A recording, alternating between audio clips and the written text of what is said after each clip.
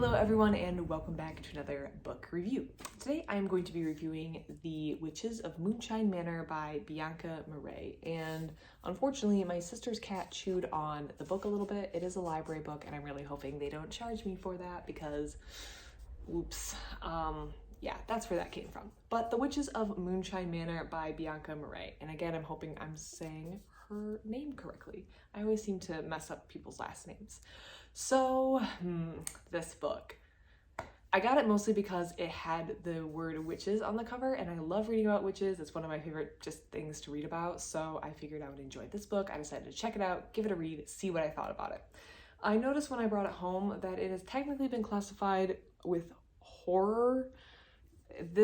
Nothing about this is horror. I have no idea where my library got that classification from. I scare very easily. Think of the kind of things that scare 5-year-olds. That's the kind of things that scare me. If I read a book that's too spooky, I'm not going to be sleeping for like 4 or 5 nights. I scare very easily. This was like 0% scary. 0% scary. So this is not horror despite what the thing says. I don't know if this is classified by like the publisher as horror, so I just wanted to put that out there in case anyone's looking at it or somehow believes this is too spooky for them. It's not. It's not spooky at all. That's basically what I want to say. This book, this book has good bones. Like the story itself is good.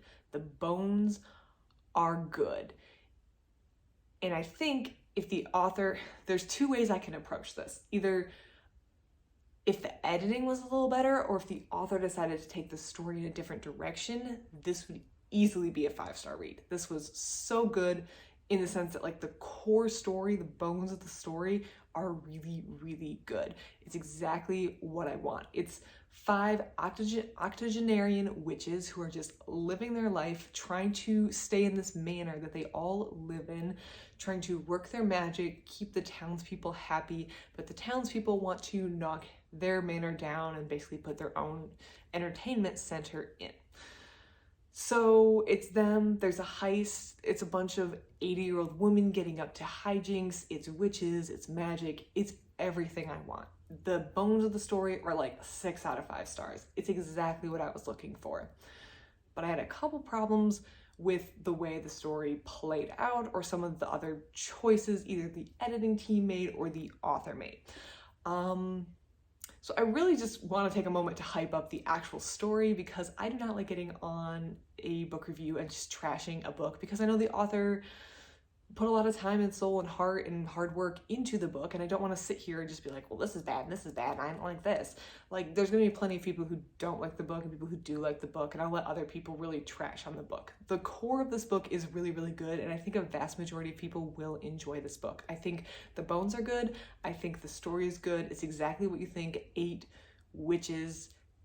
80-year-old witches just living their best life, having a great time.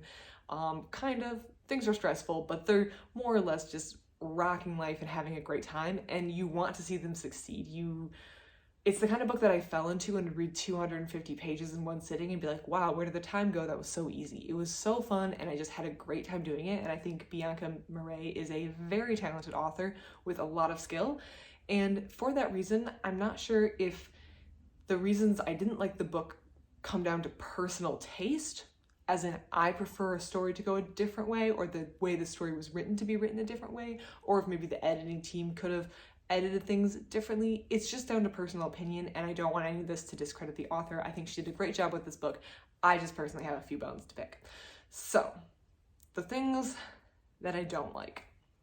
The first thing that jumped out to me when I was reading it, which actually was like in the first 20 or 30 pages, where I was like, I don't know if I like this book, which goes to show how I went from that to thinking the bones of the story were really, really good.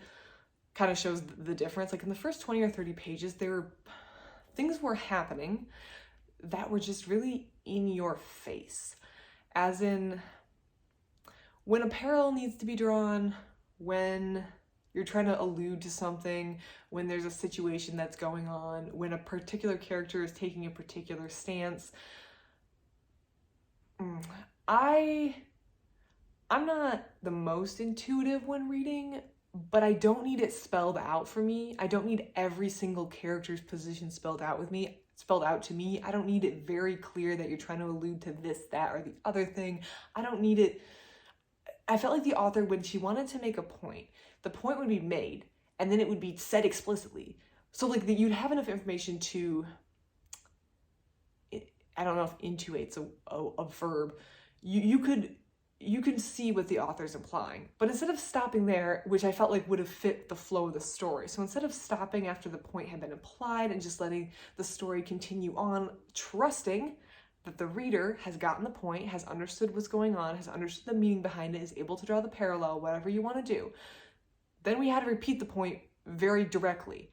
And then it had to be repeated a bunch more times to the point where I'm like, okay, I get it. At this point, it just sounds like you've stopped the story. You've gone, time out, let me explain what's going on here, and then explain it, and then continue. Either that is like a character's moral position or what's happening with maybe the townspeople or the kind of thing that's going in where the manor the witches are staying in is. There's just so many times where I felt like the author like hit the brake, or the editing team had the author. I guess I don't know how to separate the two. Hit the brake and then explain a point that had been up to this point implied or could have been implied much more smoothly, and we just had to kind of reiterate it a million times, and it definitely like takes you out of the story. I feel like in real life, people aren't stopping and taking time to reiterate their point and then reiterate their point and then say what they're doing and then say it again, and then in case you didn't do it or in case you didn't understand it, we're gonna say it again.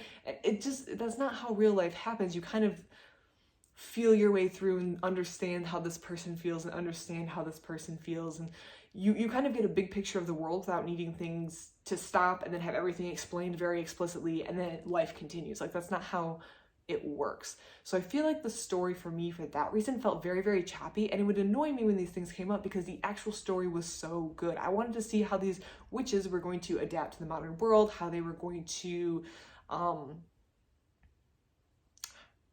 solve their challenges, and if they were going to be able to keep their home. There's a lot of really interesting characters. There's a lot of interesting threads that were woven together, and the actual story is, without a doubt, one of the better ones that I've read this year. So it was very frustrating to be interrupted so frequently with these tirades that were just kind of over-explaining a situation or a position or something that could be implied to the reader and breaking the flow of the story.